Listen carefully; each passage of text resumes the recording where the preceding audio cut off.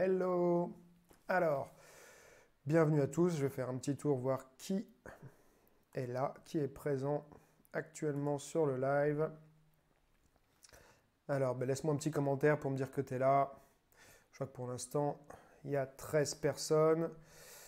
Nicolas, Eric, Box Brocard, un autre Eric. Donc, on a Eric Frimbaud, Eric Rivière. Alors, on va essayer d'afficher bien tous les commentaires.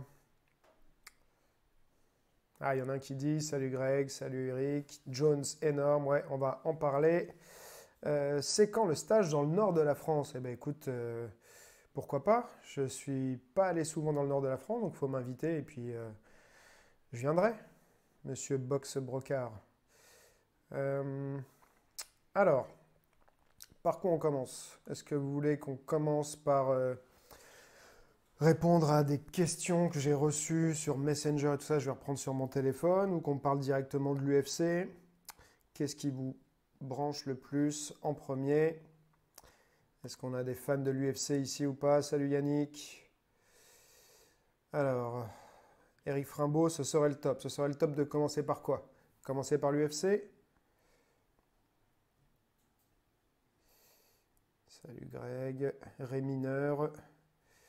Yes. Bon, c'est cool, il y a du monde déjà un petit peu. Une petite vingtaine de personnes pour l'instant. J'attends encore un peu que ça arrive. Alors, je vais regarder là les questions que j'avais reçues. Hop, je me mets sur mon téléphone, c'est plus pratique. On avait... Alors, j'avais Christ, qui me disait, j'ai remarqué que pendant les combats, je suis souvent en train de reculer et que ma garde n'est pas au top. Aurais-tu un conseil à me donner pour rectifier ce défaut? Ça, c'est une question qui revient assez souvent. C'est souvent lié, même si on a du mal à l'admettre un petit peu, au fait qu'on n'est pas à l'aise et qu'on a une certaine crainte de recevoir des coups. La garde, c'est quelque chose qui se travaille de toute façon. Il y a plusieurs approches là-dessus. Moi, je suis assez partisan de faire pas mal de sparring à thème. Il ne faut pas aller trop vite sur le sparring plein contact parce qu'on est plus en mode survie et quand on n'a pas le bagage technique, on va se retrouver à faire des choses qui ne sont pas terribles techniquement et parfois on va commencer à prendre des habitudes qui ne seront pas forcément les bonnes. Donc il y a énormément d'exercices à faire très simples. Ça peut être simplement commencer, je sais pas, à se défendre sur les jabs. On travaille, je sais pas, une défense sur jab, un blocage avec une remise bras arrière ou un blocage avec un jab et puis un enchaînement qui suit derrière. Et puis ensuite, on va commencer à le faire en mouvement. Et puis le partenaire, au lieu de faire simplement son jab à chaque fois, il va commencer à mettre des feintes. Après, moi, ce que j'adore faire, c'est par exemple prendre deux techniques de défense de base. Donc par exemple là, le jab, défense contre un jab, défense contre un crochet du bras avant. J'ai ma parade du bras avant, j'ai mon blocage du bras arrière. Et puis, je travaille les deux. Et ensuite, ça va être travail aléatoire. Donc, par exemple, je suis en garde, je me déplace et l'autre, il va m'attaquer soit en jab, soit en crochet et je vais travailler mes défenses. Donc là, on n'est pas sur du sparring, mais il y a quand même une notion d'inconnu, d'incertitude. Et donc, si en plus, progressivement, on voit qu'on commence à bien y arriver, on peut demander à son partenaire d'y aller de plus en plus vite, plus en plus fort, qui est d'un seul coup un vrai enjeu. Si on rate, on va se prendre le coup et potentiellement un coup qui peut peut-être faire mal. Ça va être une préparation plus à du sparring au lieu de partir directement sur du sparring ring. Donc voilà, la consigne, c'est plutôt d'essayer de passer par pas mal d'exercices de ce type. Il y en a plein. J'avais une vidéo sur mon site, j'ai le System 5, donc, qui est un enchaînement c'est 5 enchaînements de base et dans lequel après on va intégrer tous les travaux de blocage, d'esquive et tout ça. Et il y a une grosse part de réflexe. Donc si vous n'avez pas une bonne méthode pour travailler ce type d'exercice, le System 5 qui est sur ma boutique, ça peut être une bonne solution. Voilà, donc j'espère que ça répond à ta question. Je vais aller revoir un petit peu les commentaires. Alors, on a Hervé Le Rochelet qui me dit: Salut Greg, penses-tu que le FFDKMA autorisera le combat de Booba et Caris? Perso, je trouve que ce serait une bêtise que de nuire à l'image de notre belle fédération. Ils n'ont qu'à trouver une autre fédération. Alors, bonne question. J'en ai vaguement entendu parler, mais c'est vrai que c'est le genre de choses auxquelles je prête pas trop attention. Les combats de ce type-là, ça fait parler. Je pense que ça a un intérêt limité. Caris, je ne sais pas trop s'il est pratiquant ou pas. Je sais que Booba, il a quand même fait de la boxe thaï. Il a combattu en amateur en boxe thaï, hein, pas beaucoup de fois, il me semble, mais il a quand même combattu un peu. Je pense qu'il s'entraîne depuis un certain temps. Après, sérieusement ou pas, je ne sais pas. Mais bon, enfin, pour moi, ça a un intérêt limité, si ce n'est le côté un peu buzz et de se dire, bah voilà, c'est deux mecs qui sont embrouillés et qui vont régler leur compte sur un ring, ce qui est un peu plus propre que dans un aéroport, par exemple. Donc, je dis pas que je regarderai pas le combat, mais ça a vraiment un intérêt pour moi limité. Parce que quand je regarde un combat, ce qui m'intéresse avant tout, c'est de voir des belles choses techniquement. Et souvent, moi, je regarde les combats pour le divertissement, comme beaucoup de gens, et aussi pour essayer d'en retirer quelque chose, analyser des techniques, que je vais souvent après essayer de proposer à mes élèves en cours et tout ça. Donc, et moi-même apprendre, améliorer mon bagage technique. Voilà, donc ouais, pas hyper intéressant. Après, la question de savoir est-ce que ça nuit réellement à l'image de la fédération, je pense pas. En tout cas, moi, je vois pas ça comme quelque chose de nuisible parce que ça va, alors peut-être pas ramener le bon public, mais ça va quand même remettre en avant un peu la discipline. Et avec un peu de chance, il y a peut-être quelques personnes que ça intéressera et que ça fera de futurs pratiquants. Donc pourquoi pas quoi. Salut Karim. Liam, Prélogard, tiens, toi je te vois souvent aussi qui commente, qui me dit dis-moi récemment, j'ai connu ma plus grande défaite lors d'un tournoi de Pancrace. C'était un combat qui m'a pris des mois de préparation. Cette défaite m'a détruit autant mentalement que physiquement. Du coup, comment gérer une défaite et comment rebondir? Alors, de toute façon, si on ne veut pas perdre, il ne faut pas combattre. Donc, je pense que, enfin, tu as toujours le risque de perdre, hein. Il y a des gens, mais c'est vraiment l'exception qui confirme la règle, qui restent invaincus toute leur vie, mais c'est quand même quelque chose de très rare. Il faut, c'est une question sur laquelle je vais peut-être pas être très très bon. Peut-être que je pourrais en reparler avec Pank, le prof de JJB Louta Livre de mon club, qui est hypnothérapeute et qui est à fond aussi sur ça. Et lui, qui justement est compétiteur, a une vision de la compétition qui est intéressante, je trouve, et différente des gens. Moi, je ne suis pas compétiteur, je pratique avant tout par moi-même et je ne ressens pas un énorme besoin de me confronter aux autres, même si ça fait toujours plaisir d'être meilleur. Donc, je pense que, alors physiquement, détruit physiquement, je ne sais pas ce que tu entends par là, est-ce que tu as vraiment des blessures et tout ça? Donc ça va être en fonction du type de blessure. Il va falloir se reposer, faire de la rééducation, faire tout ce qu'il faut côté physique. Côté mental, il faut déjà que tu aies du soutien.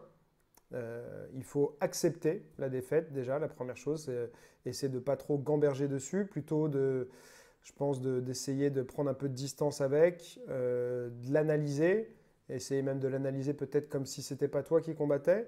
Si tu regardais un autre combat, te dire tiens là qu'est-ce qui s'est passé, qu'est-ce que les deux combattants ont fait de bien, de pas bien, qu'est-ce qui pourrait t'améliorer et en tirer les conclusions pour forcément essayer de revenir plus fort, quoi. Donc il faut que tu te dises, hein, c'est ce qu'on entend beaucoup, alors, tout le monde n'est pas d'accord avec ça, mais ce qu'aime bien dire aussi le coach de Conor McGregor, John Kavanagh, mais ça vient pas de lui, hein, la citation, je ne sais plus si c'est pas Gandhi ou quelqu'un comme ça, qui disait on gagne ou on apprend. Donc pour dire qu'il n'y a pas réellement de défaite, la défaite c'est une occasion d'apprendre quelque chose et de recommencer la prochaine fois en essayant de faire mieux, de revenir plus fort. Mais voilà, donc je sais que c'est quelque chose de pas facile, hein, à encaisser, mais essaye de te détacher un petit peu de ça. Il ne faut pas que ça te décourage. Après, je ne sais pas où tu en es en termes de pratique, d'années de pratique et tout, mais voilà, il y a encore une fois des écoles qui s'opposent. Il y en a qui trouvent qu'il faut aller faire de la compétition rapidement, d'autres bah, justement qui, comme moi en tout cas, je pense qu'il vaut mieux pas aller trop vite sur la compète parce que justement, en cas de défaite, on n'est pas toujours armé pour encaisser ça et ça peut vite dégoûter et donc on aurait pu peut-être avoir une carrière de compétiteur intéressante et puis si on a commencé trop tôt que ça s'est pas bien passé, on va se retrouver à abandonner et parfois même à arrêter complètement la pratique du sport qu'on aimait. Donc ouais, moi mon conseil ce serait en tout cas pour ceux qui pensent de peut-être pas y aller trop vite, d'assurer d'avoir déjà un niveau de pratique suffisant et surtout le mental en fait suffisant pour être prêt à la défaite. Il y en a qui me dit c'est pas ça, mais Mandela, voilà. Non, non, mais tu as le droit de me dire, hein, Karim, justement, je n'étais pas sûr de moi. Donc la citation, voilà, j'hésitais en plus entre Mandela et Gandhi. Alors, par contre, juste, il faut que j'arrive à voir, c'est comment je peux voir tous les commentaires, parce que ça défile. Comment je peux voir tous les commentaires? Alors, attendez, problème technique, parce que c'est la première fois que je fais un live comme ça. Alors, parce que là, j'ai que les commentaires les plus récents et j'ai plus les anciens, donc c'est quand même dommage. Alors, je vais prendre celui qui vient en attendant. As, je ne sais pas si ça se dit comme ça, qui me dit Salut Greg, je me suis mis à la boxe pied-point depuis 2 ans. Je m'intéresse beaucoup au MMA et j'aimerais me lancer. Le souci, c'est que le sol peut-être m'inquiète un peu parce que je me sens pas à l'aise quand je suis coincé au sol et que je n'arrive pas à ressortir.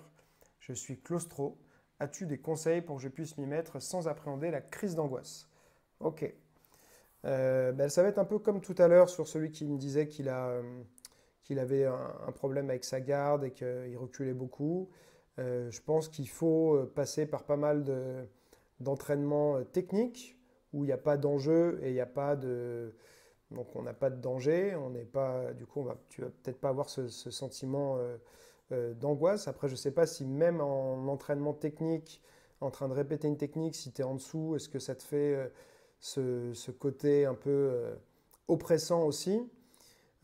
Si c'est pas le cas, si c'est juste en randonnée ou en combat, normalement il n'y a pas. Alors on peut, hein, moi ça m'est arrivé, il faut justement lutter contre, c'est-à-dire que tu es essoufflé. Joyeuse fête, Liam, avec plaisir. Tu es essoufflé, tu as quelqu'un qui t'écrase, qui est sur toi, et voilà, c'est pas une sensation très agréable. On a du mal parfois à reprendre son souffle. Si on n'a pas de solution techniquement, il faut avoir un minimum en fait technique. J'en reviens encore à ça, mais parfois, si on n'arrive pas à sortir, il faut au moins avoir une position qui limite les dégâts et qui va plutôt forcer l'autre à bouger pour tenter quelque chose. Et c'est souvent dans la transition de position ou sur une tentative de soumission qu'on va trouver une solution pour sortir. Mais encore une fois, c'est une question, je pense, de niveau technique. Donc il faut que tu tournes avec des gens qui sont soit à ton niveau, soit à un niveau supérieur, mais coopératif dans une démarche de t'aider à progresser. Et normalement, je pense que en progressant, ce sentiment de claustro va finir par passer, quoi. Il n'y a pas de raison. Donc voilà, je pense que je ne sais pas si ça t'aide, mais prends ton temps, persiste, progresse techniquement et quand tu te retrouves dans la situation, dis-toi non, il n'y a rien, en fait, il n'y a pas mort d'homme, voilà, je vais m'en sortir, quoi. Ludo. Salut Greg, que penses-tu des disciplines light contact? Ces disciplines sont souvent méprisées, je trouve cela dommage.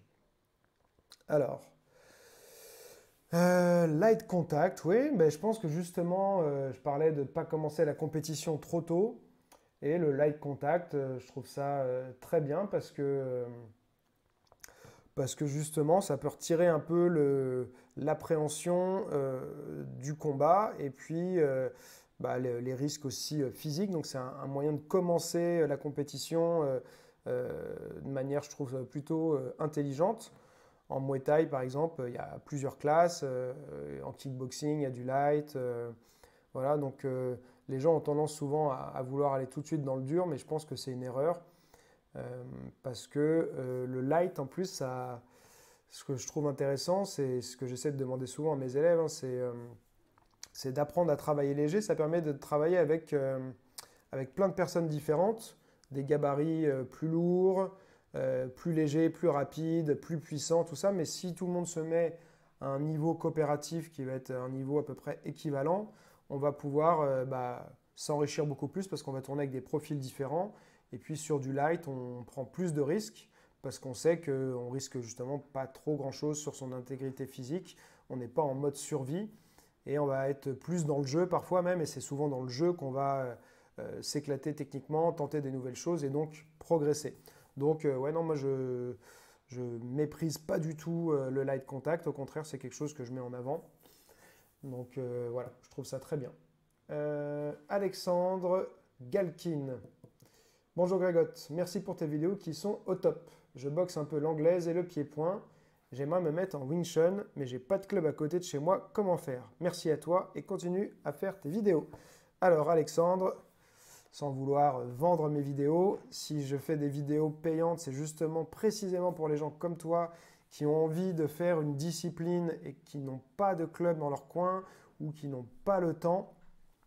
Parce qu'ils ont des horaires particuliers, ça ne correspond pas aux horaires de club et tout. Donc tu peux commencer à apprendre pas mal de choses déjà avec les vidéos.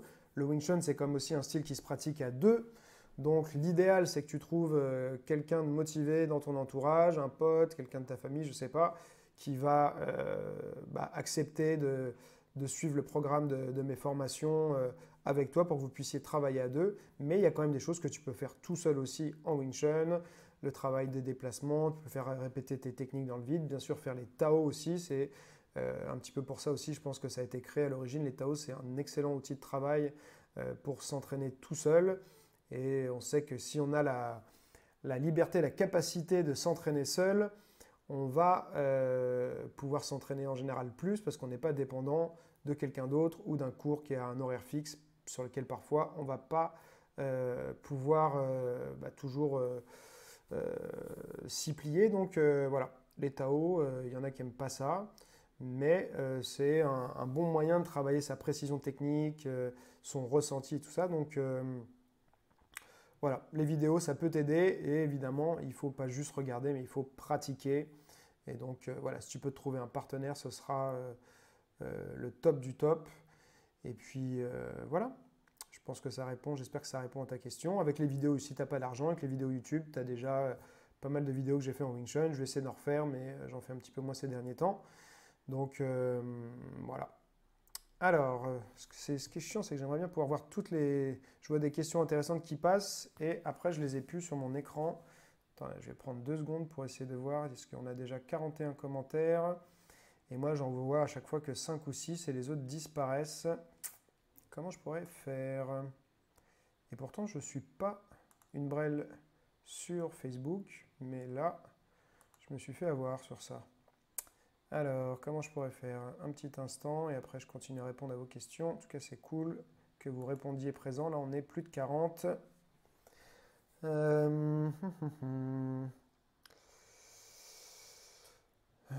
Là, ok.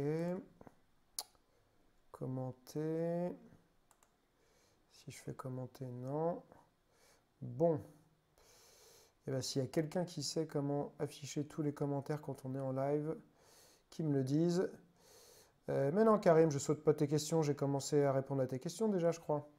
Alors, Eric, j'aimerais faire de la muscu, mais rester toujours efficace pour la boxe. Que me conseilles-tu? J'aimerais gagner en explosivité, force et bien entendu sculpter mon corps pour performer, je suppose.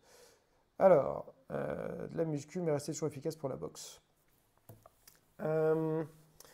Donc ça, c'est un sujet sur lequel tout le monde n'est pas d'accord, encore une fois.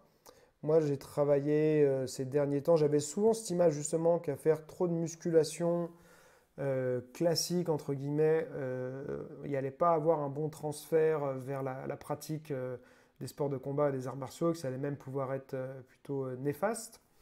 Et puis j'ai fait 6 mois de coaching à distance avec Rudy Koya en musculation. Et au contraire, mes performances sont plutôt améliorées. Yuri, mon coach de lutte, m'a dit qu'il le sentait vraiment. Je suis plus solide sur mes jambes, sur la lutte, on utilise pas mal ses bras et tout ça. Donc,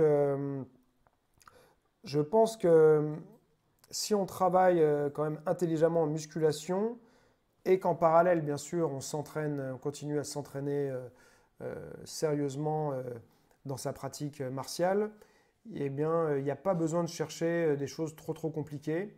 Il faut par contre avoir un bon programme de musculation qui va respecter ta morphologie et aussi tes objectifs, hein. Donc, si tu es compétiteur, faire attention au poids, pas trop monter ou pas trop. Bon, en général, descendre, c'est moins un problème pour les gens, mais voilà, en tout cas, pas trop monter. Et puis,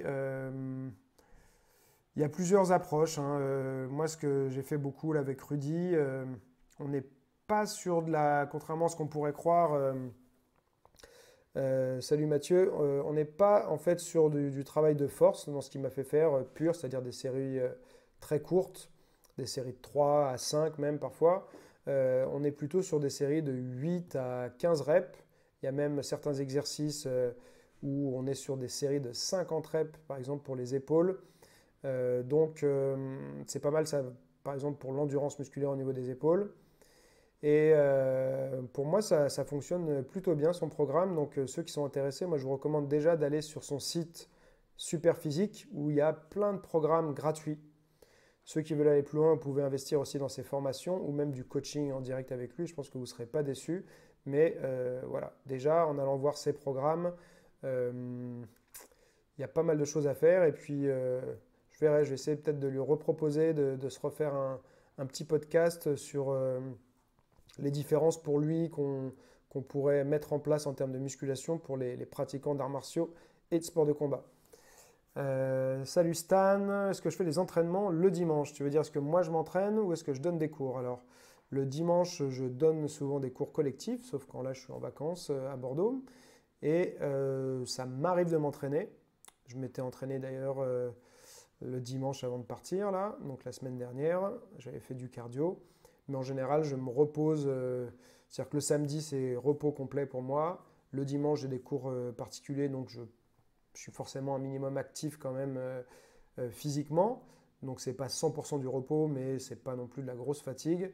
Et sinon, voilà, je m'entraîne tous les jours de la semaine, du lundi au vendredi, mais en variant de manière à pas être en surentraînement. Donc j'ai 3 séances de musculation, lundi, mercredi, vendredi. Parfois, si j'ai le temps et que j'ai l'énergie, le même jour que la musculation, je vais faire du cardio. Souvent, mon cardio, c'est du sac de frappe ou du shadow, ou une combinaison des deux. Et puis, le mardi, j'ai entraînement de lutte avec Yuri. Et le jeudi, même si là, j'ai pas eu trop le temps d'y aller avec la naissance de ma petite fille, mais le jeudi, en général, je fais des acrobaties. Voilà, donc, et puis le jeudi, parfois je vais refaire aussi un peu de cardio le soir avant mon cours de 18h30. Alors, Jonathan Chitre, ça fait quelques années que je regarde tes vidéos, vraiment super. Je me suis mis à la boxe taille que cette année. Je débute ma première année sport de combat pour ma part.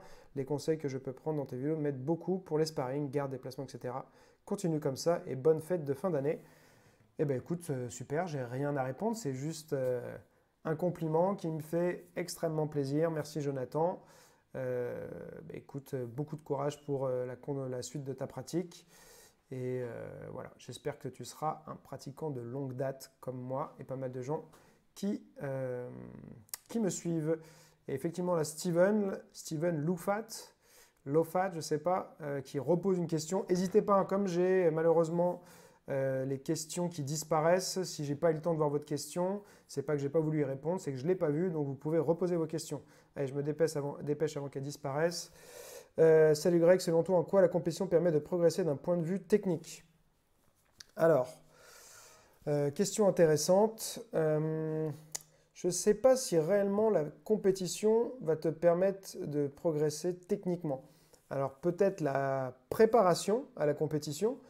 L'intérêt, je pense, de la compétition, déjà, c'est qu'on se met une échéance, on se prépare, donc ça va induire un certain sérieux et on va être à fond sur la période de préparation de la compétition. Donc ça peut faire progresser. Ensuite, le moment du combat, de la compétition, je pense qu'on va surtout apprendre, c'est la gestion de son stress. Donc on va plus progresser sur ces aspects-là, sur le stress, euh, que réellement, je pense, sur la technique. C'est l'enjeu qui change par rapport au sparring qu'on peut faire en club. Et donc voilà, c'est plus pour moi de la gestion de stress et on voit que les gens qui sont très à l'aise vont réussir souvent à performer mieux. Il y a aussi des gens, c'est assez marrant, qui à l'entraînement sont bof et se transcendent les jours de la compétition parce qu'ils sont... ils se, en fait, chacun va répondre différemment au stress et il y en a, j'arrive plus à trouver le mot, le, ah, pas la testostérone, mais que quelqu'un m'aide. Quand on a un peu cette tension qui monte, l'adrénaline, voilà, l'adrénaline, salut du Québec, qui monte et qui les fait performer. Donc voilà, je pense que ça t'aide avant tout sur la gestion de ton stress, voir comment tu réponds à ces situations de conflit. Mais techniquement, ce sera plus pour moi la préparation de la compétition. Après, bien sûr, voilà, Eric, l'adrénaline, bien vu. Donc le moment aussi du combat, ça reste aussi un échange et comment dire, parfois retenir des choses parce que comme avec ce stress, tout est exacerbé et on va apprendre des choses en combattant. On apprend déjà en combattant en club. Là, on rencontre quelqu'un qu'on ne connaît pas, donc c'est un contexte différent, c'est des gens qui viennent d'un club différent, donc on va aussi retirer des choses parfois de ce que eux ils ont fait, ou parfois on a des choses qui sortent et qu'on va pouvoir réutiliser par la suite, qu'on n'avait pas fait en entraînement, et puis là tu ne sais pas pourquoi le jour du combat ça sort. Donc voilà, je sais qu'il y avait par exemple Hélène, quand elle avait combattu en sandales, elle avait beaucoup de mal sur les projections, c'était pas du tout son truc. Et puis un jour, elle a combattu une Suisse et elle n'a pas arrêté de la projeter et utiliser une projection qu'elle avait quasiment jamais fait à l'entraînement.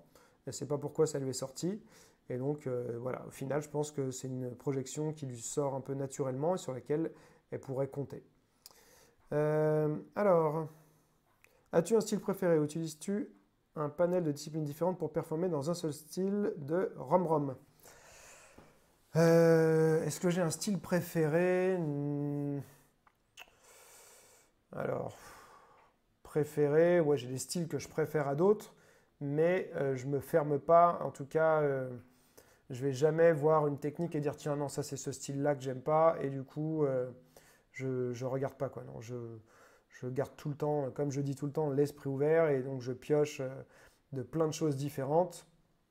Après j'ai longtemps regardé beaucoup de tutos de plein de disciplines différentes. Ces derniers temps je regarde un peu moins de tutos, mais plus de combats que j'essaye d'analyser encore plus et donc je trouve ça hyper intéressant. Mais il faut quand même continuer à regarder des tutos pour justement pour élargir son éventail technique. Moi, en termes de pied-point, j'aime mieux les styles mobiles, donc c'est pour ça que je me retrouve mieux dans le style plutôt kickboxing.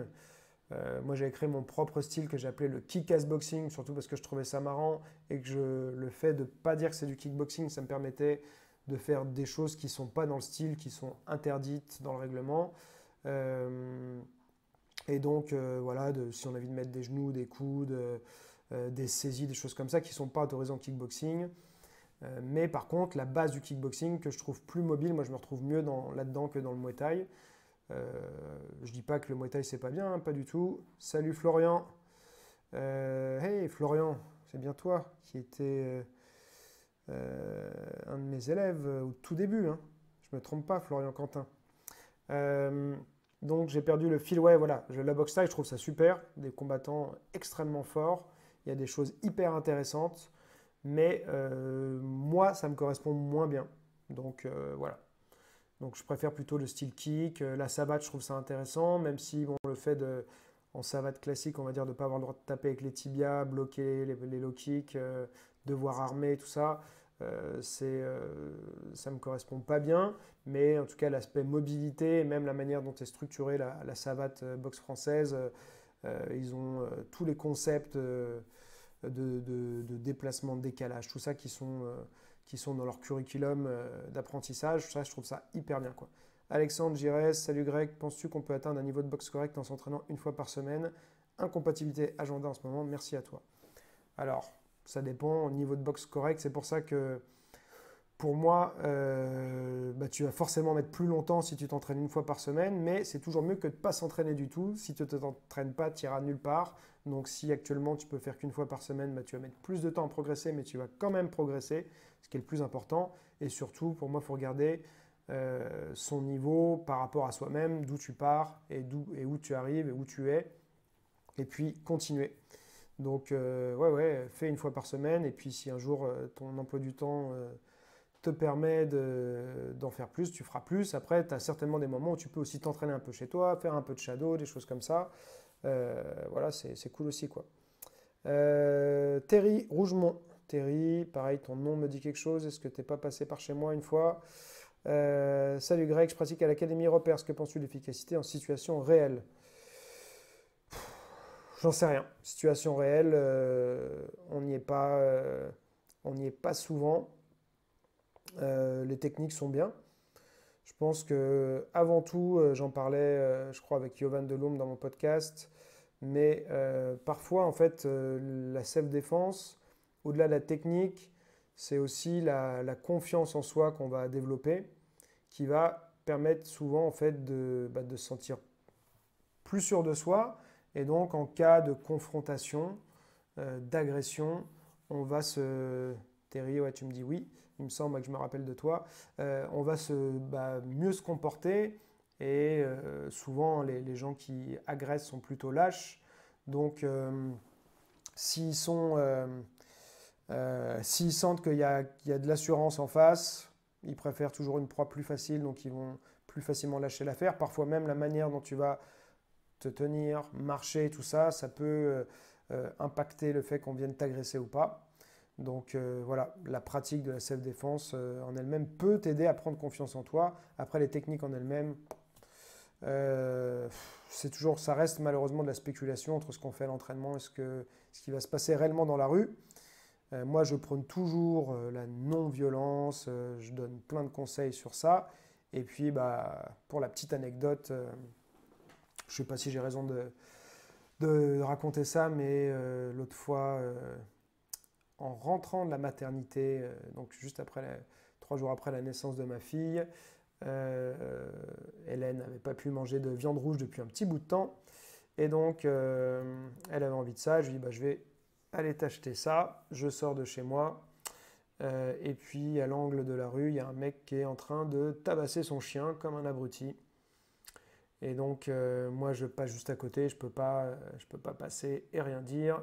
Cyril, excellente fin d'année à toi aussi. Et donc, je commence à aller voir cette personne et je lui dis, oh, stop, stop, stop. Et tout de suite, il est très agressif. Je pense que c'était quelqu'un comme un maître chien. Voilà, il avait un berger allemand avec muselé. Il était habillé d'une manière, je pense, plutôt... comme quelqu'un qui travaille dans la sécu, ou je sais pas en tout cas. Et merci Mohamed, bon courage. Et donc, à ce moment-là, en fait, c'est là où je voulais, en fait, si je parle de ça, c'est pas pour dire, voilà, j'ai sauvé un chien, c'est plus pour parler de l'aspect psychologique. C'est-à-dire au moment où moi j'ai vu ça, ça m'a interloqué, et donc, du coup, je me suis dit, bon, je ne peux pas laisser passer ça, mais j'étais pas dans un état, on va dire, prêt à me battre tout de suite.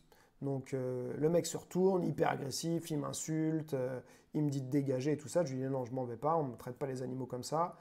Donc il continue à m'insulter et il commence à s'en aller. Il était vraiment très agressif et moi j'étais pas du coup d'humeur agressive, hein. Je rentrais de la maternité avec ma petite fille qui vient de naître. Willou, je vais sans doute pas avoir le temps de répondre à ta question, donc fais un copier-coller et reposte là quand j'ai terminé ma petite histoire. Pareil pour les autres, hein, désolé. J'essaierai de voir ça sur les commentaires, comment faire pour avoir tous les commentaires visibles. Donc voilà, le mec s'éloigne, se retourne vers moi et se met à retaper son chien et me dit qu'est-ce que tu vas faire? Et donc là, bah, j'ai fait en fait ce qu'il fallait pas faire, ce que je dis aux gens de ne pas faire en général. J'ai pété les plombs. Donc j'étais avec mon sac à dos et mon casque, je les ai balancés par terre. Et là, j'ai foncé sur lui et je lui ai dit que j'allais lui défoncer sa gueule, grosso modo. Et en fait, je lui ai dit, ok, tu veux te taper, on va se taper. Et voilà, moi j'étais très très bagarreur quand j'étais jeune, donc c'est on va dire des circuits qui sont en moi que je peux retrouver malheureusement assez facilement. Et souvent, les gens m'ont toujours dit, ceux qui me connaissent, que j'ai une violence, on sent qu'il y a une violence qui est prête à sortir. Et à chaque fois, les gens, en fait, bah, ça désamorce la situation. Ils n'ont plus envie de se battre. Et donc là, le mec qui était hyper agressif, quand moi je suis devenu plus agressif que lui, il a commencé à se mettre dans une situation plutôt défensive et dire non, non, je voulais pas me battre et tout ça. Bon, je l'ai poussé un peu, je lui ai mis un petit low kick quand même parce que il avait bien mérité à mettre des coups de poing dans la gueule de son chien. Et puis il est parti comme ça, je l'ai un peu insulté. Mais voilà, c'est tout ce qu'il ne fallait pas faire parce que d'une part, je suis juste à côté de chez moi. D'autre part, même si ce qu'il a fait, c'était une infraction, j'en ai parlé avec David Errand qui est policier, prof de sambo chez moi. En réalité, il s'est arrêté et il m'a dit non, non, je ne voulais pas me battre et malgré tout, je l'ai frappé. Je ne l'ai pas fait, je l'ai pas laissé de traces. Hein. Bon, il va peut-être boiter un peu avec le low kick, mais voilà, rien de bien méchant. Le chien m'a pas mordu parce qu'il était muselé et en plus j'ai l'impression qu'il était plutôt content, me demande un Jean-Pascal. Il s'est mis derrière moi, et il sautait, tout ça, et j'ai l'impression qu'il remuait la queue. Bon, on est un peu dans un tunnel hein, quand il y a tout ça qui se passe, mais si le chien n'avait pas été muselé, j'aurais pu même risquer de me faire mordre. Voilà. Et ouais, le mec était mal tombé. Mais voilà, donc c'est pas une bonne chose à faire. Voilà, pas une bonne chose à faire, pas se battre dans son coin, pas répondre aux provocations. Mais bon, là, c'est un animal qui est en train de se faire taper, je pouvais pas laisser passer ça. Eric Toff, j'essaie de répondre à ta question avant qu'elle disparaisse. Salut Greg, que penses-tu de la pratique quotidienne des Tao de Wing Chun? Est-ce que cela permet de garder une structure? Hop, la question a disparu. Ouais, la pratique quotidienne des Tao de Wing Chun, je trouve ça une chose très bien. Ça va renforcer tes tendons, ça va te mettre dans ta technique. Ça peut être pour moi même une sorte de méditation. Donc je trouve ça très très bien. Willou qui repose sa question. Est-ce que les pompes, les abdos, la corde à sauter à trop haute dose peuvent nuire à la souplesse et à une boxe détendue en pied-point? En ce qui me concerne, depuis que j'en fais moins, je trouve que je boxe mieux. Pourtant, c'est un leitmotiv dans énormément de disciplines. Euh, hmm. Alors, si tu restes congestionné, courbaturé en permanence, oui, tu vas être forcément moins fluide dans ta boxe. Donc, dans ce cadre-là, on peut dire que oui, ça peut nuire à la boxe. Ça dépend aussi du timing où tu les fais. C'est-à-dire si tu les fais juste avant ton entraînement ou pendant ton entraînement. Ouais, c'est pas toujours le top. Moi, dans mes cours de kick, les cours en eux-mêmes, en fait, sont déjà assez physiques. Mais j'avais cette discussion avec le prof de boxe anglaise dans mon club, Manuel Dozanelli, et on n'a pas du tout la même vision. Lui, il fait un cours assez, même très physique dans son cours de boxe anglaise, parce qu'il considère que les gens ne vont pas faire le boulot derrière. Il n'a pas tort. Mais moi, pour moi, dans mes cours, je suis avant tout là pour donner de la technique aux gens. Il y a du cardio, mais c'est la manière dont je mets en place les protocoles que je mets en place pour travailler la technique qui font que les cours sont quand même assez cardio.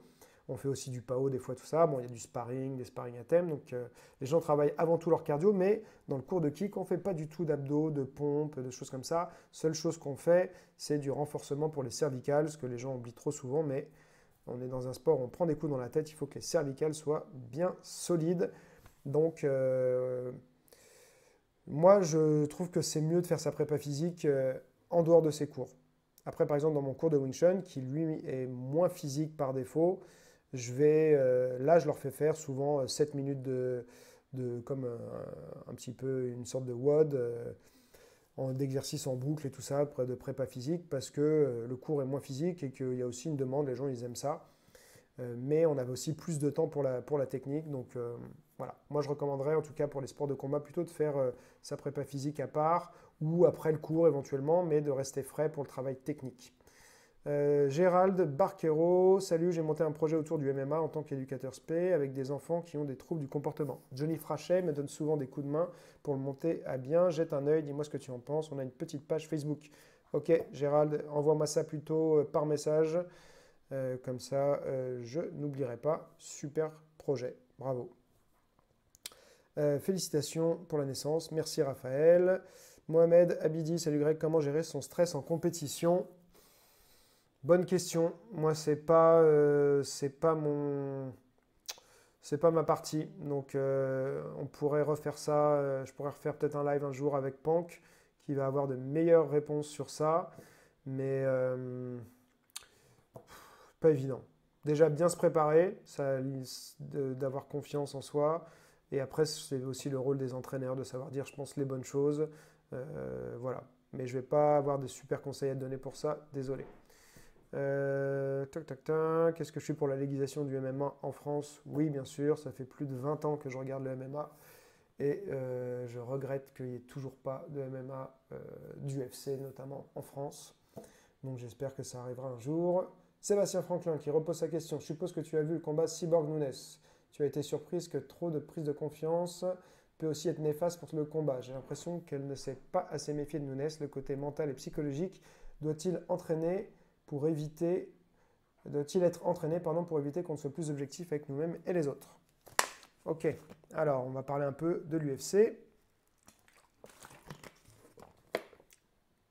Les autres, hein, ouais, reposez vos questions plein de fois, je suis désolé. Quand vous voyez que je suis sur un truc, attendez avant de la reposer, sinon elle va redisparaître. Hein. On est déjà à plus de 100 commentaires, vous êtes une quarantaine en direct, donc c'est super cool. Ça me fait plaisir qu'on puisse partager ce moment-là ensemble. Alors, sur Cyborg Nunes, il y avait quelqu'un qui m'avait demandé mon pronostic hier, qui me disait, lui, qu'il était sûr que Cyborg allait mettre KO. Il y a même des gens pas très sympas, on va dire, qui disaient que Cyborg allait gagner parce que c'était un homme. Bon, c'est pas super sympa, elle n'est pas hyper féminine, mais ça reste une femme quand même. Et j'avais répondu que j'étais pas si convaincu que ça. Que l'enjeu, c'était en fait de savoir si Nunes allait physiquement pouvoir être assez forte pour faire face à Cyborg, parce que moi, j'avais cette sensation que, en tout cas, techniquement, sur le point de vue combat, il n'y avait pas spécialement un avantage pour Cyborg. Mais j'ai trouvé que son évolution à Cyborg était vraiment très intéressante, parce que c'était vraiment quelqu'un de bourrin au début, et qui s'est affinée de plus en plus techniquement. Les derniers combats que j'avais vus d'elle, elle suivait une stratégie, elle prenait son temps. Donc j'avais été surpris. J'avais pas regardé énormément de combats d'elle non plus, mais j'en avais regardé dans le passé il y a longtemps.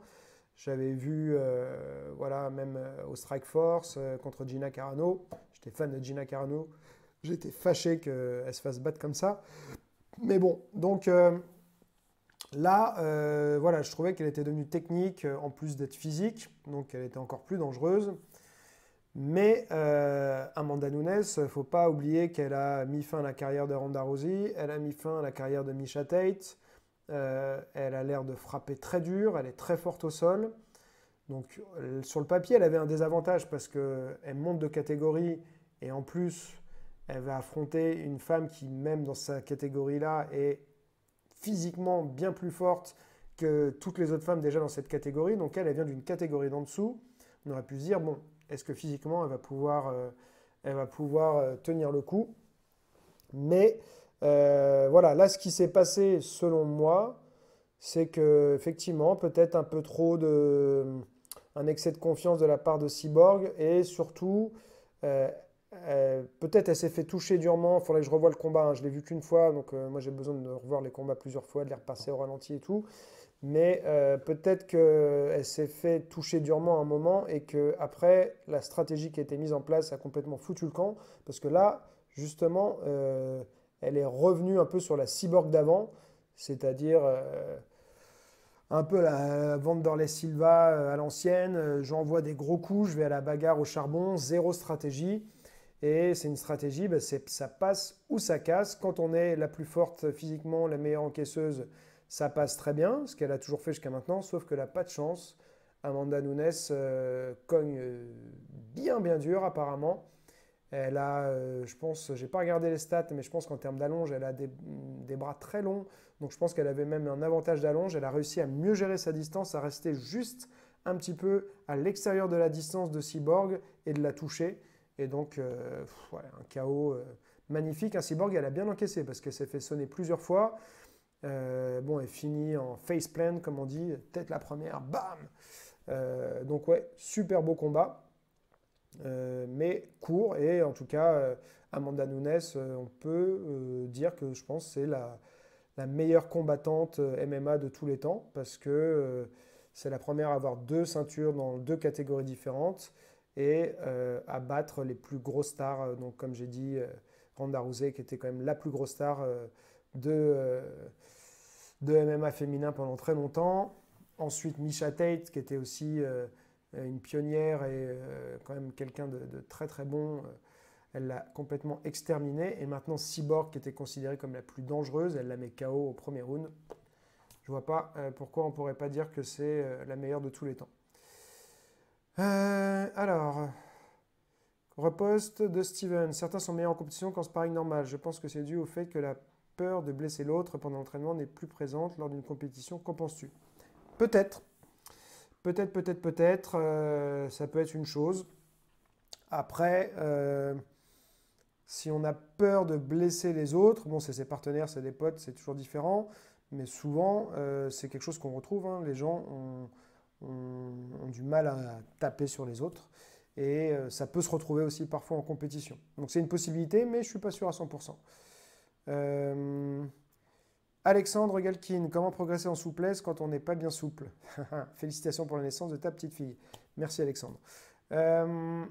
Alors, comment progresser en souplesse quand on est bien souple? Quand on n'est pas bien souple, pardon. Écoute, en étant patient déjà, en étant régulier, et il faut commencer par identifier, je pense aussi, tes plus gros points de raideur. Est-ce que c'est les hanches? Est-ce que c'est les ischios, les adducteurs? Est-ce que tu as besoin de massage, de choses comme ça? Souvent, hein, c'est un peu le principe de Pareto, qu'on dit le 80-20. Ceux qui ne connaissent pas, vous tapez Pareto dans Google, principe Pareto. Mais il faut identifier en fait les 20% qui vont te donner les 80% de résultats. Donc souvent, on a une ou deux zones qui bloquent un peu tout le reste. Et donc, il faut essayer de se concentrer un maximum sur ces zones-là pour débloquer déjà dans son ensemble. Et puis après, tu pourras affiner. J'ai des vidéos sur ma chaîne YouTube, différentes vidéos sur le stretching. Donc, tu peux t'en inspirer. Essaie d'être régulier et d'être patient. Voilà. Et dans le stretching, c'est compliqué. Il y a plein de méthodes différentes. Ça fait longtemps que je veux sortir une formation là-dessus. J'espère qu'en 2019, je vais pouvoir le faire. Mais malheureusement, je fais plein de choses et même dans mon entraînement perso, j'ai pas le temps de faire tout ce que je voudrais faire. Donc, j'aime pas proposer des choses que j'ai pas le temps de faire. J'ai les connaissances, il y a des choses que j'ai fait dans le passé. Et malheureusement, quand je les fais plus, je vais pas pouvoir démontrer correctement les exercices. Donc, c'est un problème pour faire une vidéo si on n'est pas capable de faire ce qu'on demande aux gens de faire. Donc, il va falloir que je passe un peu par, je pense, la case spécialisation, refaire en fait mon programme de stretching pour pouvoir ensuite vous le proposer. Eric Frimbaud, tu fais des programmes muscu, cardio et sèche toujours pour la boxe. Merci de prendre de ton temps pour répondre à toutes nos questions. Super live. Eh bien, écoute, je suis content d'être avec vous. Moi, ça me fait plaisir parce que j'ai rarement une interaction comme ça avec vous. Je poste mes vidéos, je réponds à des commentaires, mais on n'est jamais sur du direct comme ça.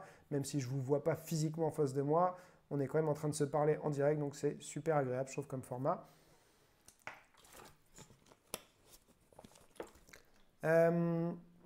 Donc là, dans ta question, Eric, est-ce que tu pourrais préciser, est-ce que moi, à titre perso, je fais des programmes ou est-ce que je propose des programmes en vidéo spécifiques pour la boxe? Pinard Jean-Michel, hello, à quand un stage de perfectionnement en kick? Es-tu ouvert en Suisse sur Lausanne car tu as une bonne pédagogie? Merci de ta réponse. Jean-Michel, ben oui, écoute, Moi, je peux me déplacer. Après, forcément, c'est une question de temps et aussi d'argent. Donc, je crois que tu m'avais déjà envoyé un message. Je sais plus, il me semble qu'on a déjà parlé par Facebook. Renvoie-moi un petit message si tu veux qu'on essaye de s'organiser un stage. Cette année, je me suis déjà fait un programme de stage assez conséquent. Donc, à voir si je peux placer ça ou pas dans mon emploi du temps. D'ailleurs, il faut que je publie prochainement toutes les dates de mes stages à venir. Je les mettrai sur Facebook dans un premier temps. Et après, je mettrai les liens pour la réservation sur mon site. Charles Zava, je ne sais pas si je prononce correctement, qu'as-tu pensé de la performance de John Jones? Eric, ouais, j'essaierai de te répondre après. Alors, la performance de John Jones. Il gagne, donc les gens disent ouais, génial et tout. Moi, j'ai pas été transcendé. John Jones, il est souvent assez créatif, il fait des choses sympas et tout. Ça n'a jamais été mon combattant favori. Il y en a plein qui disent que c'est le meilleur de tous les temps, mais je ne sais pas pourquoi il ne me fait pas vibrer. Après, pourtant, souvent, je dis aux gens de pas d'essayer de dissocier la personne du combattant ou l'artiste de ce qu'il fait à titre perso. Et avec lui, j'ai quand même du mal avec sa personnalité, les choses qu'il a fait. Bon, le dopage, là, c'est revenu récemment, mais j'avais écouté le podcast de Joe Rogan là, récemment avec Jeff Novinsky. C'est pas avéré qu'il se soit redopé. Là, ils avaient retrouvé une substance, mais dans des quantités infimes, c'est-à-dire que s'ils expliquaient que c'est, je crois, l'équivalent d'un grain de sel divisé par 58 millions de fois. Donc autant dire que c'est rien à ce niveau-là, ça n'aide pas la performance. Et il avait été pris déjà pour du dopage il y a, je ne sais plus, un an et demi, peut-être même 2 ans. A priori, c'était aussi dans un complément alimentaire qui aurait eu voilà, des substances illicites. Mais bon, ça, on ne sait pas si c'est vrai ou pas. Mais en tout cas, ce que Jeff Novinsky expliquait, c'est qu'à ces doses-là, c'est tellement bas que même si on peut dire que en 2017, il avait tel niveau de cette substance et que là, juste avant son combat, le niveau a même peut-être réaugmenté un tout petit peu, ça reste toujours en fait infime. Et surtout, il expliquait qu'une chose auquel les gens ne pensent pas forcément, c'est que comme ils font du cutting, ils libèrent, en fait, il y a pas mal de tissus, ils perdent de la graisse, ils perdent de l'eau, tout ça, mais en fait, ça peut libérer, ça peut relibérer les substances qu'il a gardées dans son organisme, qui étaient dans ses cellules, par le cutting, et donc ça peut faire momentanément réaugmenter un petit peu la substance. Donc voilà. Après, voilà, moi, le combat, je ne l'ai pas trouvé fou. Hein, sincèrement, le combat de John Jones contre Gustafsson. Gustafsson, j'aurais bien aimé le voir plus comme il avait été contre Glover Teixeira. Il avait des uppercuts de malade et tout ça. Là, il n'a pas réussi à imposer sa boxe. Après, c'est grâce aussi à John Jones hein, qui a réussi à le tenir à distance, à bien travailler avec ses front kicks, ses coups de pied dans les jambes. Pas mal de calf kick. Hein. Il y a encore des gens qui ne croient pas à cette technique. Hein. Il y a des gens même j'ai fait une vidéo sur SFR Sport. Il y a des gens qui se sont moqués de ma vidéo. Bon, de toute façon, on se fait toujours critiquer, hein, mais il y a des gens qui se sont moqués de cette vidéo et de cette technique. Alors que même là, dans le combat d'Amanda Nunes contre Chris Cyborg, si vous regardez, bon, ça n'a pas duré très longtemps, mais dès le début du combat, Nunes elle place un gros calf kick à Cyborg qui lui fait perdre son appui, qui a dû lui faire bien mal.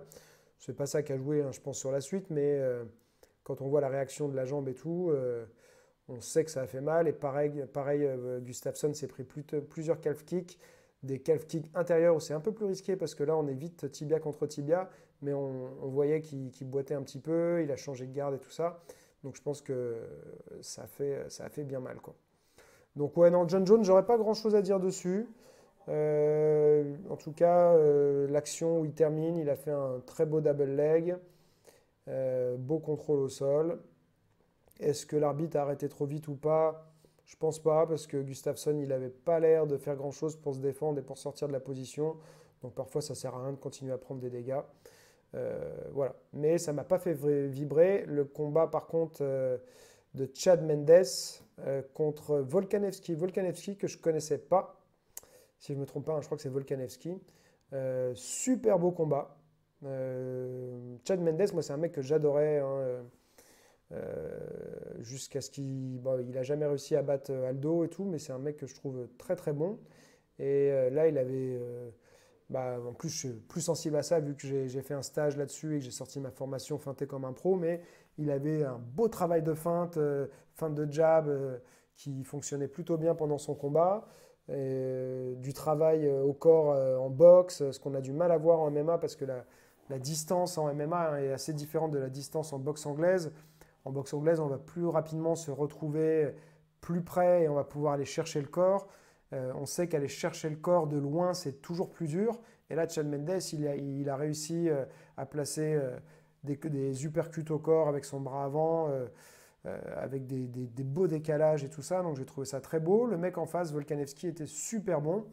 Et ça a fait, en tout cas, si vous n'avez pas vu le combat, moi je vous recommande d'aller le voir. Ça a fait un super beau combat. Il y a eu, les deux se sont sonnés plusieurs fois et tout ça. Je ne vous révèle pas la décision pour ceux qui ne l'ont pas vu, mais allez voir ce combat, c'était un très beau combat. Steven Lofat reposte. Du coup, quel conseil donnerais-tu aux personnes qui ont des difficultés de se lâcher hors compétition? Alors moi, j'ai des exercices que j'utilise comme ça dans mes cours. En fait, il faut... déjà, ça passe par bien contrôler en fait ce qu'on fait soi-même. C'est-à-dire se lâcher. Si le but premier c'est de faire mal aux autres à l'entraînement, c'est pas très intéressant. Mais il faut savoir parfois frapper fort, mais être capable de s'arrêter si on voit que ça va faire mal. C'est-à-dire qu'à la tête, on fait toujours plus attention qu'au corps.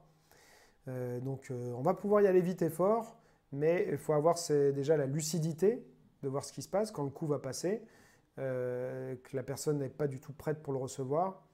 Et donc ça passe par pas mal d'exercices qu'on va faire.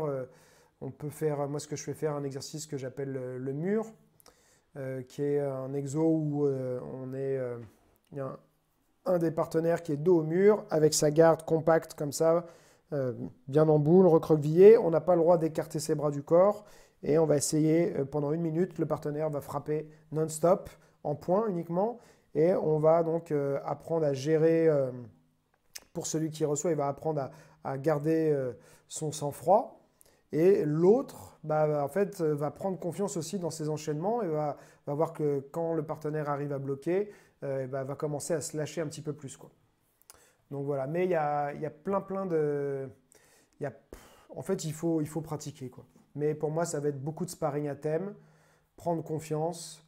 Il y a plein de thèmes possibles, hein, pour prendre confiance, mais là, ça va être compliqué de décrire tout ce qu'il y a à faire. Mais fais beaucoup de sparring à thème, trouve des sparring partners avec qui tu as confiance et qui ont confiance en toi aussi. Donc, il faut que toi, tu fasses en sorte d'être quelqu'un en qui on peut avoir confiance. Ça, c'est très important. Et puis, avec la pratique, ça va venir, quoi. Il faut être patient. Chris Harmony Tattoo. Bravo pour ce que tu fais, Greg. Toujours un plaisir de te retrouver sur tes vidéos et de te suivre dans ta passion qui est aussi la mienne. Eh bien, écoute, je suis très content de partager cette passion avec toi. Costa Bordino, organiseras-tu un stage pied-point un dimanche cette année? Oui, il y a des stages de prévus. Je peux regarder vite fait sur mon téléphone, mais je vais mettre bientôt sur Facebook le planning complet.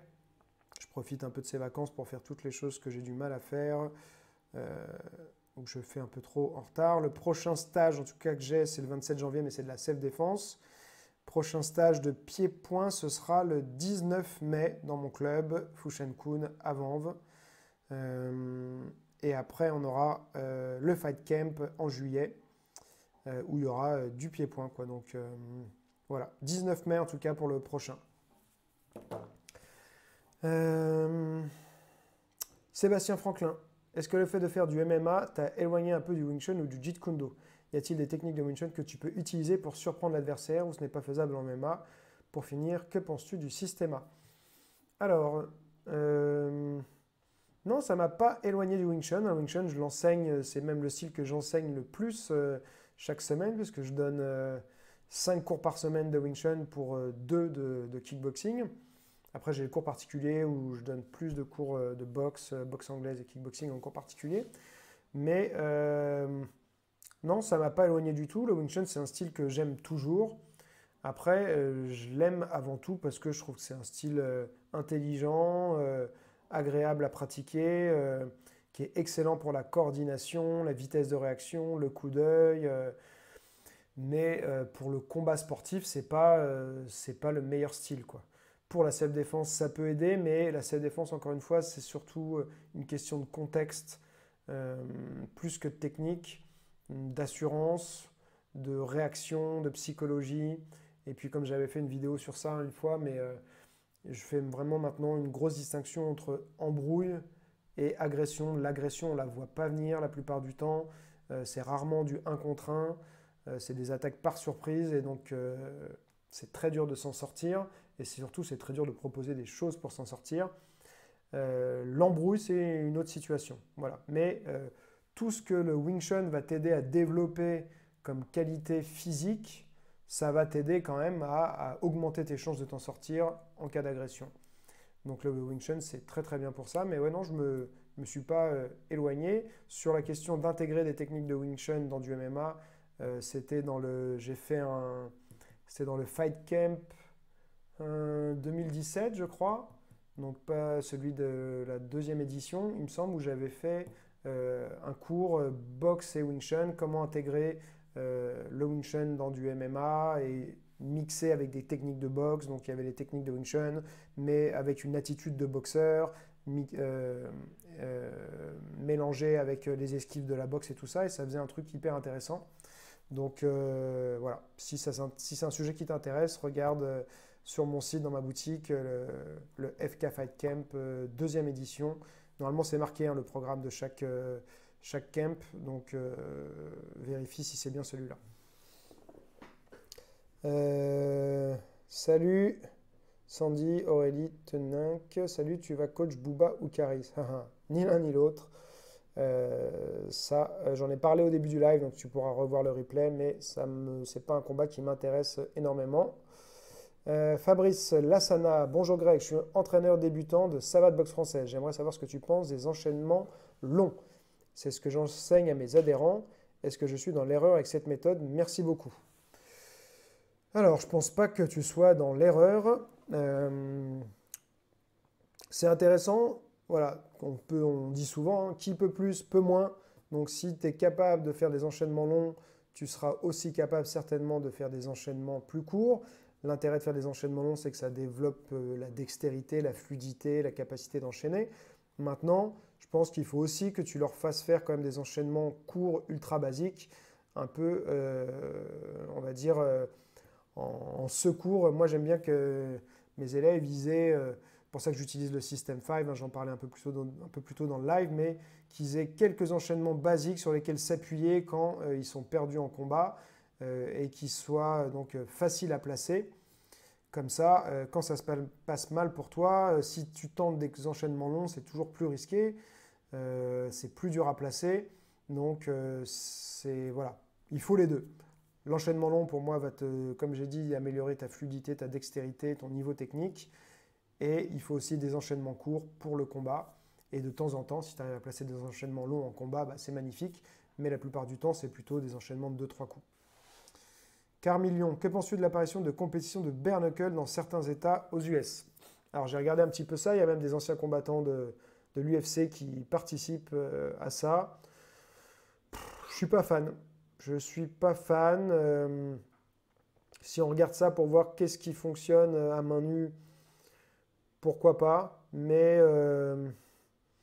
du coup, tu reprends, c'est plus ou moins, si j'ai compris, je suis pas sûr je ne me suis pas étendu beaucoup sur le sujet, mais c'est plus ou moins le règlement de la boxe anglaise sans les gants. Il me semble qu'ils ont un peu plus le droit de clincher, d'accrocher. Mais En tout cas, ce que j'ai vu, ça m'a pas transcendé. Surtout, moi, je pense toujours à l'intégrité physique des combattants. Et là, pour le coup, tu, enfin, il y a vite des grosses coupures et tout ça. Donc, j'adore pas. Voilà. James Mouchot, comment faire pour perdre du poids? Alors, c'est facile et compliqué à la fois. Manger moins, manger correctement et manger moins quand on a besoin de perdre du poids. Le plus dur, c'est l'aspect psychologique, gérer ses envies et tout ça. Il faut par contre être dans un léger déficit calorique. Donc la première chose, je pense, c'est de commencer à compter ses calories. Ça ne veut pas dire que tu veux devoir le faire toute ta vie, mais quand on ne l'a jamais fait, on n'a pas bien notion de ce qu'on mange. Donc tu as des applications comme MyFitnessPal qui sont gratuites et la version payante qui propose encore plus de choses. Mais déjà la version gratuite, tu peux faire plein de choses. Mais ça va te forcer d'une part à quantifier ce que tu manges. C'est-à-dire que pour dire à MyFitnessPal, j'ai mangé 150 grammes de poulet, il faut savoir combien tu as mangé de poulet. Dire j'ai mangé tant de je ne sais pas quoi, de féculents et machin et tout. Donc ça va t'obliger à quantifier. Donc déjà ça c'est bien. Parce que si tu quantifies pas, tu ne sais pas réellement ce que tu manges. Essayer de manger sainement, les produits les moins transformés possibles. Et puis, si tu fais ça pendant un mois, en général, on ressent, même si on ne veut pas l'admettre, on mange très souvent la même chose. Donc, au bout d'un mois, tu auras fait à peu près le tour de ce que tu manges et tu auras pu ajuster les calories. Essaye d'avoir un déficit calorique de 200-300 kilocalories. Voilà, une perte de 500 grammes par semaine, c'est pas mal, ça te fait voilà, 2 kilos par mois. Si on perd trop vite, souvent on ne tient pas dans la durée, on reprend plus facilement. Donc voilà, c'est des conseils très simples que je te donne, mais si tu mets ça en place, c'est déjà pas mal du tout. Mais je suis en train de réfléchir parce que moi, la nutrition, c'est quelque chose qui m'a toujours beaucoup intéressé parce que j'ai toujours beaucoup galéré avec aussi. Et donc j'ai une idée on va dire, d'approche nutritionnelle pour aider les gens, donc qui est en train de germer dans mon esprit, qui n'est pas encore prête, mais je vais essayer de travailler sur ça. Donc j'espère que je pourrai vous proposer ça dans l'année 2019. Ok, alors on me dit, Steven à nouveau, en quoi la guerre psychologique est importante? Donc je suppose que tu parles d'un point de vue combat. Je pense que c'est très important, mais pas toujours faisable, hein. Si tu es dans un niveau compétiteur régional, il n'y a pas vraiment de guerre psychologique. Maintenant, on l'a vu avec Conor McGregor, hein, qui est excellent là-dessus, mais qui énerve beaucoup de gens. Il a réussi souvent à justement pousser les gens à ne pas combattre de la manière la plus intelligente. Et peut-être que certains combats qu'il a gagnés, il ne les aurait pas gagnés, ou en tout cas plus difficilement, s'il n'avait pas fait cette guerre psychologique. Donc je pense qu'à leur niveau, ouais, ça peut être intéressant.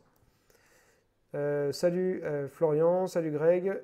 D'ailleurs, tu n'as pas répondu Florian, est-ce que c'est toi qui faisais du Wing Chun avec moi ou pas à Dojo 5 il y a, je sais plus, 15 ans ou un truc comme ça. Il me semble que c'est toi, hein.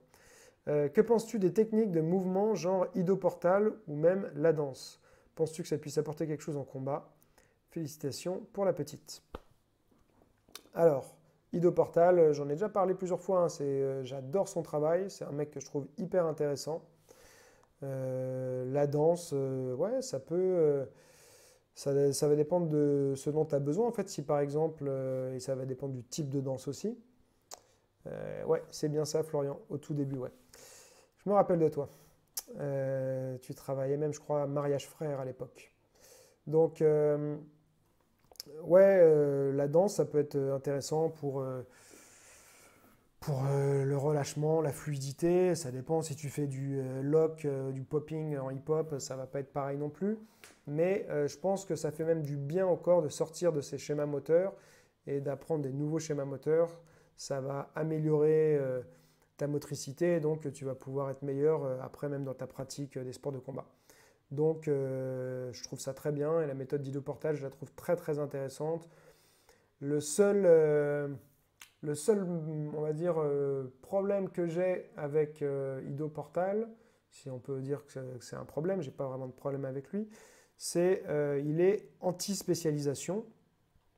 Donc pour lui, on doit pas se spécialiser dans quelque chose parce que c'est pas bon pour, euh, pour le corps au final. Mais en même temps, si on veut exceller dans une discipline, on est obligé de se spécialiser.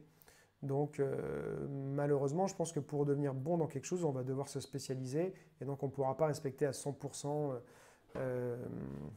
son concept. Mais en tout cas, je comprends complètement ce qu'il dit d'un point de vue santé, bien-être pour le corps. Mais d'une part, quand on aime une discipline, on a envie d'en faire plus. Et si on veut atteindre un niveau, voilà. Parce que après, ce qu'il faut voir avec Ido Portal, c'est qu'il s'entraîne énormément, hein. Je ne sais pas s'il est toujours à ses 6 heures ou 8 heures d'entraînement par jour, mais la majorité des gens ne peuvent pas faire ça. Donc quand on fait 6-8 heures d'entraînement par jour, peut-être qu'on peut devenir bon dans plein de domaines différents en même temps. Mais la majorité des gens n'ont pas ce temps à dédier, ils ont un temps d'entraînement restreint chaque semaine, et donc s'ils font un peu de tout, ils n'arriveront jamais à devenir bons dans quoi que ce soit, à mon avis. Sébastien, que penses-tu de Descailloux? Pas des cailloux qu'on lance, hein, mais Descailloux, le coréen, là, qu'on voit toujours en rouge, qui fait ces trucs un petit peu de malade. Il m'intrigue. J'ai pas d'avis. J'ai vu qu'il faisait un stage prochainement en France. Je me tâte à y aller ou pas. J'ai pas acheté sa formation vidéo. J'ai hésité à la prendre. Il y a des choses que je pense qui peuvent être intéressantes dedans. Après, c'est un peu comme tous les mecs qui font des trucs d'énergie interne et tout ça. J'ai toujours un petit peu de mal à y croire. Je me demande s'il n'y a pas une part de, un peu, pas de gourou, mais de, de persuasion, donc pas de la persuasion, mais de la persuasion, en quelque sorte. C'est-à-dire qu'il aura fait des choses qui va convaincre avant de faire une technique sur quelqu'un que ça va fonctionner, et du coup, l'effet est décuplé. Sur quelqu'un qui refuse que ça fonctionne, je me demande si ça fonctionnera pareil. Après, ce qui est indéniable, c'est qu'il a des super qualités physiques, il est très explosif, très rapide, il a l'air puissant et tout ça. Je ne me suis pas penché beaucoup sur ce qu'il faisait non plus, hein. J'ai vu quelques vidéos par-ci par-là qui sont impressionnantes, hein. Mais voilà, j'ai pas un avis tranché en tout cas sur lui et j'hésite à peut-être aller faire son stage. Donc si je fais son stage, je pourrais peut-être en reparler. Pas sûr, on verra. Nicolas Avis. Bonjour Greg, j'espère que tout se passe bien pour ta compagne. Merci, ouais, tout se passe très bien. En vous souhaitant de passer de bonnes fêtes de fin d'année, de même pour toi. Concernant la question des sportifs actifs, Johan Lidon, retraité, Cyril Diabaté, Jérôme Le Banner se servent de leur image afin de sensibiliser notre jeune génération sur notre impact environnemental, notre écosystème. Penses-tu faire de même à l'heure où notre planète est à un stade critique? Écoute, non. Je suis pas. C'est pas quelque chose auquel je suis ultra sensible. La cause environnementale, bien sûr, on ne peut pas être contre, hein, mais c'est pas une de mes préoccupations principales. Et surtout, je pense qu'il faut, comment dire ça? Il faut rester en fait aussi dans son domaine, c'est-à-dire que moi c'est pas du tout mon domaine, c'est pas un sujet que je connais bien, et donc les sujets que je connais pas bien, j'évite de les aborder. Je laisse ça aux spécialistes. Après, eux ne sont pas spécialistes, ils ont envie de l'aborder, libre à eux de le faire.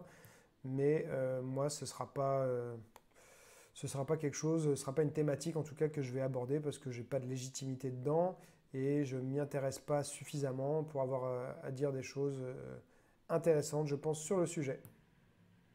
Steven, comment selon toi un combattant ou une personne lambda devrait réagir en cas d'intimidation, guerre psychologique? Alors Steven, est-ce qu'il y a quelqu'un qui justement est en train d'essayer de t'intimider ou pas? Je sens que derrière cette question, c'est peut-être de toi que tu parles.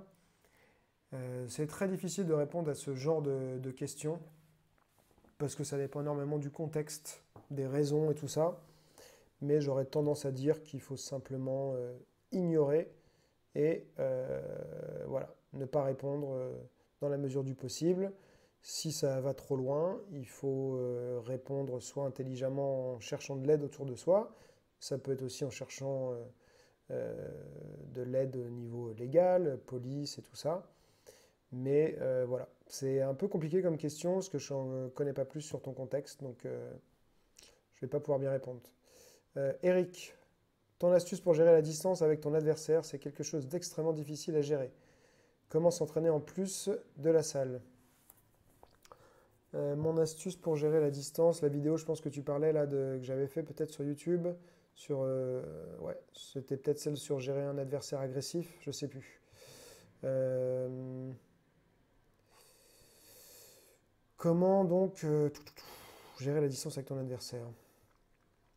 Bah, en fait, il faut déjà avoir notion de sa propre allonge, parce que chacun ne connaît pas bien, et essayer de rapidement analyser la notion, enfin l'allonge pardon plutôt de ton adversaire. À partir de là, il faut simplement être vigilant. Ça, c'est un truc que je dis à mes élèves aussi souvent et que je vois dans des combats. Il y en a, si c'est du pied-point notamment par exemple, ta première ligne de défense, ok, donc là, ta première ligne de défense, ça va être normalement ta distance de jambe. Et il y a des gens qui laissent complètement passer cette première ligne de distance. Donc là, toi, après, tu me dis que c'est pour de la boxe anglaise. Donc ce que je suis en train de dire, ça va pas aller, mais bon, je vais finir quand même. Ça peut être la même chose avec tes points. Qui laissent complètement passer cette première ligne de défense et qui laissent l'adversaire rentrer dans leur distance. Donc il faut déjà être vigilant en permanence et réajuster constamment sa distance pour qu'il y ait échange quand toi tu le décides et pas quand l'autre le décide. Voilà, c'est-à-dire qu'il faut que tu décides au moment où toi tu es bien placé, peut-être tu as réussi à voir venir le coup, tu as détecté quel type d'attaque allait arriver, tu as vu une ouverture. Donc c'est à ce moment-là où tu vas dire, ok, là je reste pour contrer, pour attaquer, ou voilà. Mais si tu n'es pas bien placé, il faut te déplacer et gérer ta distance, utiliser les déplacements latéraux, et puis voilà quoi. Après c'est de la pratique. C'est de la pratique, et puis bah, y a des gens qui sont très explosifs vers l'avant, pour qui ça va être plus dur beaucoup plus dur en fait de les stopper. Mais c'est pour ça que je recommande beaucoup aussi de savoir boxer en reculant, quelque chose que trop peu de personnes travaillent, mais tu dois savoir contrer les gens en reculant, quoi. Voilà, ce que je disais, prendre compte de l'allonge également, ton allonge et celle de l'autre. Donc il va falloir feinter, voilà. C'est pour ça que les feintes, hein, la formation feinter comme un pro, c'est hyper important. Ça va te permettre aussi d'analyser l'allonge par tes feintes. Tu vas le faire réagir et tu vas commencer à détecter son allonge. Sébastien, Franklin, est-ce que la façon de frapper et de bouger du système A te paraît réaliste?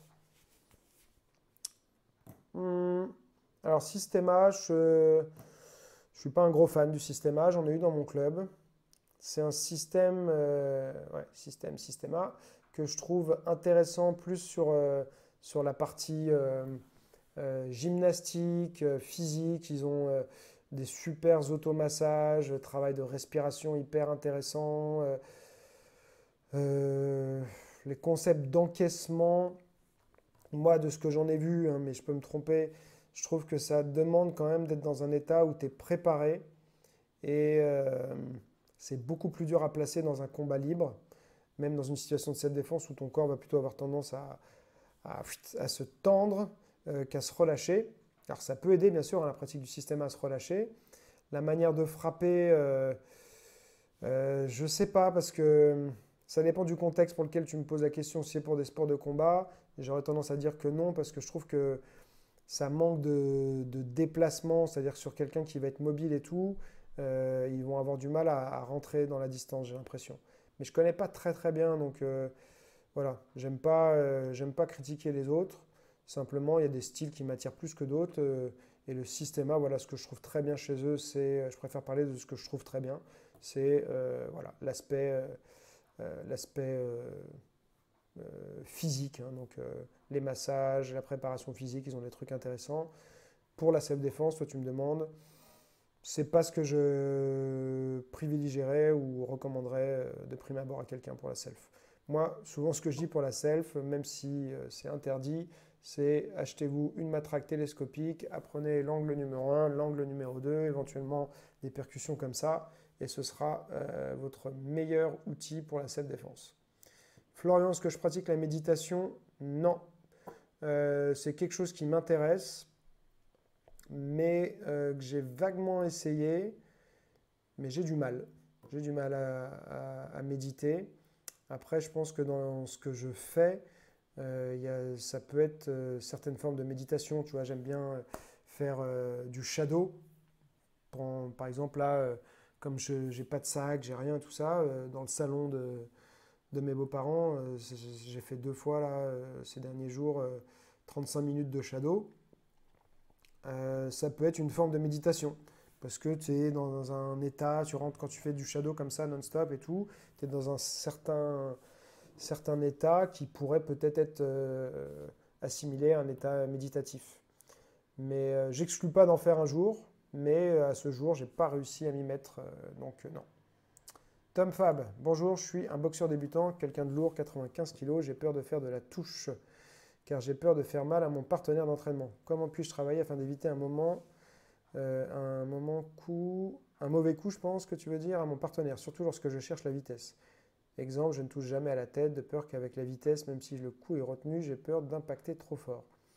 Alors j'en ai parlé un peu tout à l'heure. Déjà, l'idéal pour toi, mais c'est pas toujours facile, c'est le problème des poids lourds, hein, c'est de trouver un partenaire qui soit du même gabarit que toi. Là, la peur, normalement, devrait être moins présente. Et ensuite, hein, comme j'ai dit tout à l'heure, ça va pas mal passer par apprendre à contrôler, à bien contrôler ce que tu fais, quoi. Maîtriser, être capable de frapper vite, sans faire mal. Ça, c'est une capacité, c'est un truc hyper important à développer pour tes partenaires. Tu vas être capable de frapper fort, mais l'impact va être léger. Enfin, pas frapper fort, frapper vite, mais avec un impact léger. Et surtout, de retenir ta frappe si tu vois que ça va passer trop dur, quoi. Mais ça va venir avec le temps. Tu es débutant, c'est normal d'avoir du problème avec ça. Tu verras que dans quelques années, il faut être patient, mais ce sera plus qu'un lointain souvenir et tu n'auras plus, je pense, cette sensation-là, quoi. Romain, tu me demandes sur des cailloux.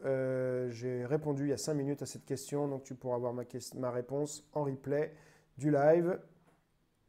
Steven, non, personne ne m'intimide. Haha. La guerre psychologique sont des notions que je trouve très intéressantes. Écoute, tant mieux si personne t'intimide. C'est juste que je trouvais que c'est une question très précise, donc j'avais l'impression que c'était plus pour toi. Mais c'est, comme je te dis, c'est quelque chose de, je pense, d'intéressant, mais vraiment sur du très haut niveau, quoi. Sébastien Franklin, merci Greg pour tes réponses, ton naturel et ton écoute. T'es au top, on t'aime tous. Merci, moi aussi. Bonne fête de fin d'année également.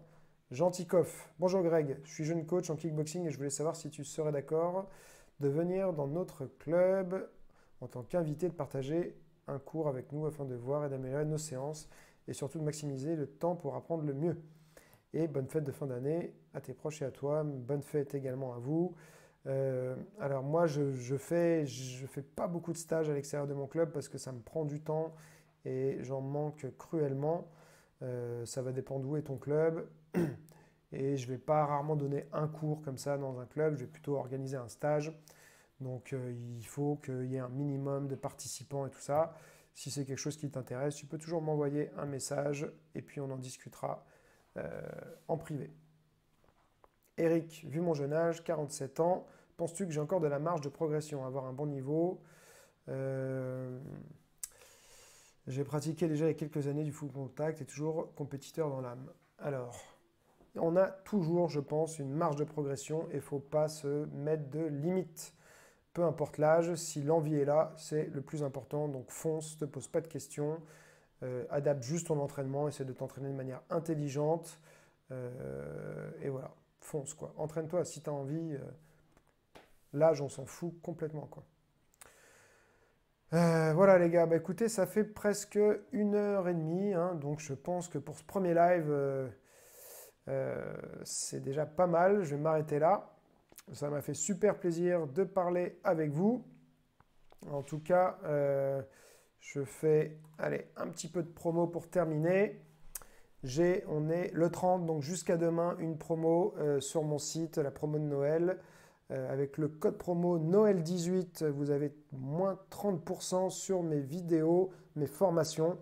Donc voilà, pour tous ceux qui sont motivés, qui ont envie d'investir en eux, dans leur pratique, les formations que je mets en place, hein, elles sont là vraiment pour ça. Si vous aimez mon approche, vous aimez ma pédagogie, vous avez vu mes vidéos sur YouTube, vous allez voir que les formations sont encore mieux, vont encore plus loin.